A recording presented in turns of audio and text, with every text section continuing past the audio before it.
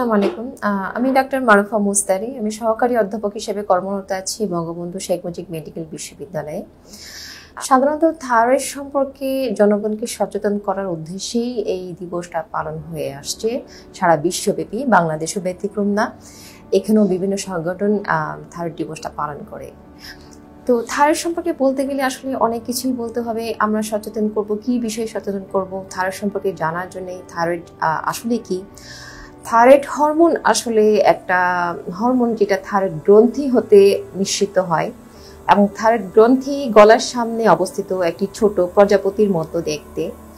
খালি চোখে এটা দেখা যায় না, যদি গ্রন্থিটা ফুলে যায় সেই ক্ষেত্রে হয়তো দৃশ্যমান হয়। এখন এই গ্রন্থি থেকে একটি নির্দিষ্ট পরিমাণ থাইরয়েড হরমোন তৈরি হয়। এর কম বেশি যদি হয় বা থাইরয়েড হরমোনের যদি তারতম্য হয়, তাহলে কিন্তু বিভিন্ন রকমের শারীরিক সমস্যা হতে পারে। কারণ থাইরয়েড হরমোনটা শারীরিক যে বিকাশ, বৃদ্ধি, যে বিপাকীয় কাজ সবকিছুই নিয়ন্ত্রণ করে।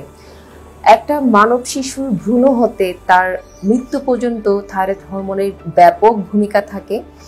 এখন কোনো কারণে যদি এই হরমোনের তারতম্য হয়, তাহলে বিভিন্ন রকমের শারীরিক সমস্যা দেখা দিতে পারে।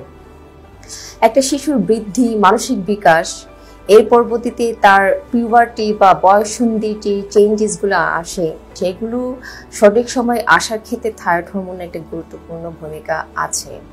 এছাড়া মেয়েদের যেটা হয় যে পিউবার্টিতে পিরিয়ড শুরু হয় বা মাসিক চক্র শুরু হয়, থাইরয়েড হরমোনের তারতম্য হলে সেটার ব্যাঘাত ঘটে। সুতরাং মেয়েদের ক্ষেত্রে একটি থাকে যে থাইরয়েড হরমোনের যদি সমস্যা হয়ে থাকে, অনেকেই একটু চিন্তিত হয়ে পড়েন যে গর্ভধারণে তার সমস্যা হবে কিনা। অবশ্যই সমস্যা হতে পারে গর্ভধারণে, কারণ যেহেতু এই হরমোনটা বিভিন্ন শরীরবৃত্ত বিভিন্ন কাজ নিয়ন্ত্রণ করে থাকে, সেই ক্ষেত্রে গর্ভধারণের ক্ষেত্রেও এর অতীব গুরুত্বপূর্ণ ভূমিকা আছে। সুতরাং এই হরমোনের যদি ঘাটতি থাকে অথবা এই হরমোন যদি বেশি তৈরি হয়, তাহলে গর্ভধারণের সমস্যা হতে পারে। শুধু তাই নয়, তার গর্ভপাতও হতে পারে। এছাড়াও গর্ভকালীন সময়েও মহিলাদের বা মায়েদের বিভিন্ন রকমের সমস্যা হতে পারে। তার উচ্চ রক্তচাপ হতে পারে, তার শিশুটি অ্যাবর্শন হয়ে যেতে পারে, গর্ভ অবস্থায় তার শিশুটার দৈহিক বিকাশটা ব্যাহত হতে পারে। তাছাড়াও শিশু যখন জন্মাবে এই সমস্যা নেই, তাহলে তার মানসিক বিকাশও তার ব্যাহত হবে। সুতরাং এই সমস্যাগুলোর মধ্যে দিয়ে যাতে যেতে না হয়, অবশ্যই একজন মহিলা বা একজন মেয়ে যখন প্ল্যান করবেন যে সে গর্ভধারণ করবে, তাহলে তাকে অবশ্যই থাইরয়েড হরমোনটা ঠিক আছে কিনা তার সাথে সেটা পরীক্ষা করে জেনে নিতে হবে। এখন অনেকেই বলতে পারেন যে কখন আমি টেস্ট করব বা সবার ক্ষেত্রে কি জানা জরুরি কিনা। সেক্ষেত্রে বলতে হবে, যদি পরিবারে কারো থাইরয়েডের সমস্যা থেকে থাকে বা তার যদি তার বিভিন্ন রকমের ইতিহাস থাকে, তার মাসিক চক্রের সমস্যা বা তার আগে গর্ভপাতের ইতিহাস থাকে বা তার ওয়েটটা যদি বেশি থাকে বা তার অতীতে কোনো থাইরয়েড জনিত কোনো সমস্যা হয়ে থাকে, তাহলে তো অবশ্যই তাকে থাইরয়েড হরমোনের সমস্যা আছে কিনা সেটা গর্ভধারণের আগেই জেনে নিতে হবে। কারণ গর্ভধারণের আগে যদি জেনে নিই, সেটা আমাদের কারেকশন করার বা সেটা চিকিৎসা নিয়ে সেই সমস্যাটুকু দূরীভূত করার একটা সুযোগ থাকে। সেক্ষেত্রে বিভিন্ন রকমের যে কমপ্লিকেশনগুলো হয়, সেগুলো এড়ানোর সুযোগ থাকে।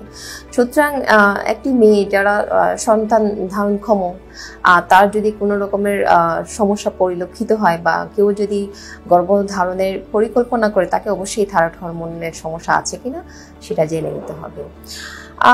এছাড়াও যদি দেখেন যে কোনো বাচ্চা ঠিকমতো বৃদ্ধি হচ্ছে না, তার মানসিক বিকাশে ব্যাঘাত ঘটতেছে বা সে যদি লেখাপড়ায় কনসেন্ট্রেশন দিতে পারছে না, তাকেও জেনে নিতে হবে তার হরমোনের সমস্যা আছে কিনা, থাইরয়েড হরমোন জনিত কোনো সমস্যা আছে কিনা।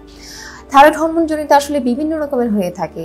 যদি হরমোনের একটি হরমোন যদি বেড়ে যায়, সেটা এক ধরনের সমস্যা, কমে গেলেও সমস্যা। আবার থাইরয়েড গ্রন্থি যদি ফুলে যায় বা থাইরয়েড গ্রন্থিতে যদি কোনো গোটা থাকে, সেটাও এক ধরনের সমস্যা। সুতরাং গঠনগত এক ধরনের সমস্যা থাকে, আর তার কার্যকারিতা নিয়েও এক ধরনের সমস্যা থাকে। সুতরাং এই সার্বিক সমস্যাগুলো আছে কি না সেটি যদি জানতে হয়, অবশ্যই আপনি একজন হরমোন বিশেষজ্ঞের সাথে পরামর্শ করে নেবেন। ধন্যবাদ সবাইকে।